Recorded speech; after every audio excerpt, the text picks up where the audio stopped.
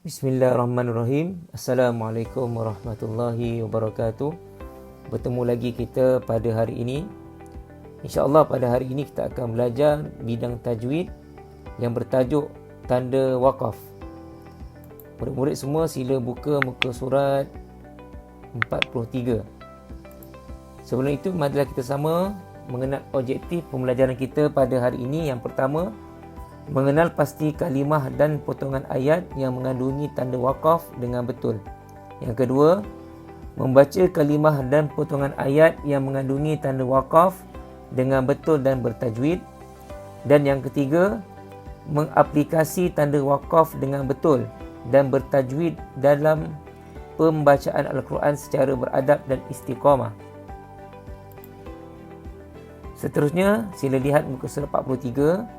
Di sini ada perbualan, ada gambar. Okey, nombor 1, ini contoh mushaf Al-Quran dari dahulu hingga sekarang. Okey, ini gambar dia. Kemudian yang kedua, Al-Quran sekarang lebih mudah untuk dibaca. Ini bermaksud pada masa sekarang Al-Quran yang kita baca pada hari ini mudah untuk kita membacanya. Okey, seterusnya kita lihat tanda waqaf. Tanda waqaf. Sebelum itu, tanda waqaf ini dari sudut bahasa bermaksud berhenti atau menahan.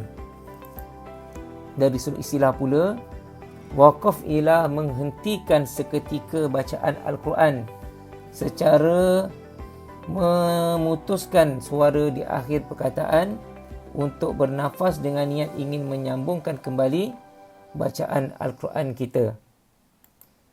Okey, di muka surat 44, kamu semua boleh melihat ada 6 tanda waqaf. Okey, kita lihat tanda yang pertama, mim kecil. Okey, tanda ini berada di atas, betul-betul di atas. Okey, contoh dia, a'udzubillahi minasyaitonirrajim. Allazina yasma'un wal mauta. Bila kita berjumpa dengan tanda ini, kita kena berhentikan bacaan kita. Okey, nama dia lazim berhenti. Okey, seterusnya tanda waqaf yang kedua adalah tanda titik 3. Okey, ada 2 tanda titik 3. Okey, bila kita berjumpa dengan tanda ini, kita kena berhenti pada salah satu tempat. Contoh dia, a'udzubillahi minasyaitonirrajim, la raib. Okey, kita berhenti. Kemudian kita sambung, fihi hudal lil muttaqin. Ataupun kita berhenti titik yang kedua. Contoh dia, la raiba fihi hudal lil muttaqin. Adalah menjadi kesalahan bila kita menyambungkan terus bacaan ini tanpa berhenti. Tanda waqaf yang ketiga adalah tanda qaf lam ya. Bila kita berjumpa dengan tanda ini, adalah lebih baik berhenti walaupun nafas kita masih panjang lagi. Contoh dia, a'udzubillahi minasyaitonirrajim, illa biiznillah. Berhenti. Wa man yu'min. Seterusnya tanda waqaf jim kecil berada di atas. Bila kita berjumpa dengan tanda ini, harus berhenti atau meneruskan bacaan. Contoh bacaan bila kita nak berhenti, a'udzubillahi minasyaitonirrajim, wa radu an zalik. Ataupun bila kita nak sambungkan bacaan kita, waradu anhu zalik, kita boleh pilih salah satu sama ada ingin teruskan bacaan ataupun berhentikan bacaan kita. Tanda waqaf yang kelima adalah tanda sad lam ya. Bila kita berjumpa dengan tanda ini, adalah lebih baik kita meneruskan bacaan tanpa mewaqafkan bacaan kita. Contohnya, a'udzubillahi minasyaitonirrajim, kalla la yumbazan. Okey, kita teruskan bacaan.